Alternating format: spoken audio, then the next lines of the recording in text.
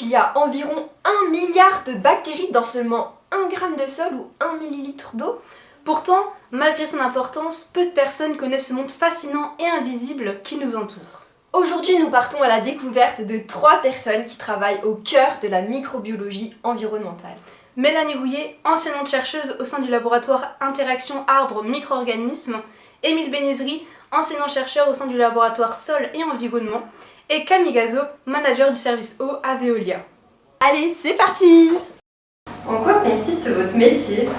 Alors, je suis enseignant-chercheur, donc ça sous-entend une partie enseignement devant les étudiants, une partie recherche et aussi une partie administrative. Concernant l'enseignement, je m'intéresse à tout ce qui est pathologie végétale et concernant donc la recherche et de microbiologie du sol avec sélection de souches d'intérêt puisque nos objectifs sont d'inoculer nos plantes hyperaccumulatrices de métaux afin de promouvoir, grâce à ces souches, leur développement. Mon métier, c'est d'encadrer une équipe d'une quinzaine de personnes dans justement donc la gestion de l'eau, production d'eau potable, traitement des eaux usées, que ce soit usines, les réseaux, les travaux, les réparations de fuites, création de nouveaux branchements. Pouvez-vous décrire une journée type? Il n'y a jamais de journée type, toutes les journées sont différentes. Donc les missions, c'est des missions d'enseignement devant les étudiants, d'encadrement de personnel au sein du laboratoire, de recherche de financement, d'expérimentation aussi.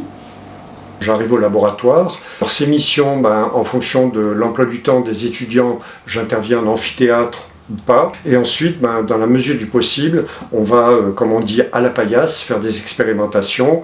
On encadre des étudiants, que ce soit des étudiants en Master 2 ou en thèse. La mission, c'est d'apporter notre expertise, de les aider finalement à cette initiation à la recherche et pourquoi pas de faire nous-mêmes des expérimentations. Donc une journée bien pleine qui se termine généralement vers 19h le soir. Il n'y a pas de journée type. Chaque journée est complètement différente, va dépendre des urgences que l'on va avoir, des alarmes que l'on va avoir, de nos clients, des réclamations qu'ils vont faire, des réunions, des rendez-vous qu'on va avoir. Donc c'est ce qui fait aussi l'originalité du métier. Quel est le rôle de la microbiologie dans votre métier? Alors la microbiologie est au cœur de mon métier. J'étudie les micro-organismes, même si les champignons ne sont pas toujours considérés comme des micro-organismes. Et j'utilise aussi des micro-organismes comme outils de travail. Et j'enseigne la microbiologie, donc c'est vraiment au cœur de mon métier.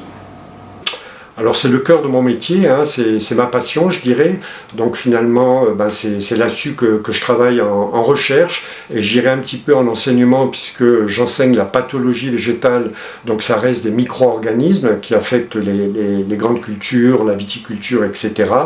Donc c'est mon quotidien du matin au soir je dirais. Alors la microbiologie a un rôle assez central. Alors c'est vrai qu'on fait tellement de choses au quotidien que c'est pas forcément, on n'en parle pas tous les jours, mais pour autant dans l'eau potable par exemple on va s'assurer qu'on n'a pas de bactéries dans l'eau parce que sinon l'eau n'est pas potable, donc on fait la désinfection de l'eau. Dans l'assainissement au contraire on a besoin de bactéries mais pas de n'importe quelle bactérie, donc on va surveiller parce qu'on a des traitements biologiques justement dans nos filières. En quoi votre métier a-t-il un impact sur les générations futures? J'espère que mon métier a un impact sur les générations futures au niveau environnemental. J'essaye de sensibiliser les étudiants au fait que les micro-organismes ont un rôle important dans l'environnement, que ça soit à la fois par leur côté néfaste et puis toutes les méthodes de lutte qu'on pourrait développer contre ces champignons, mais également de pouvoir les utiliser, de les valoriser à des visées plus écologiques et environnementales. La thématique sur laquelle je travaille, la finalité c'est de dépolluer ces sols et finalement d'arriver à réhabiliter ces sols à des fonctions agronomiques. C'est le slogan « Ressourcer le monde », c'est vraiment s'assurer qu'on rejette des eaux conformes au milieu naturel, d'impacter le moins possible la ressource et de pouvoir essayer d'impacter le minimum en tout cas et que les générations futures puissent avoir toujours de l'eau en quantité et en qualité dans l'avenir. Merci d'avoir regardé cette vidéo. N'hésitez pas à vous abonner et à commenter.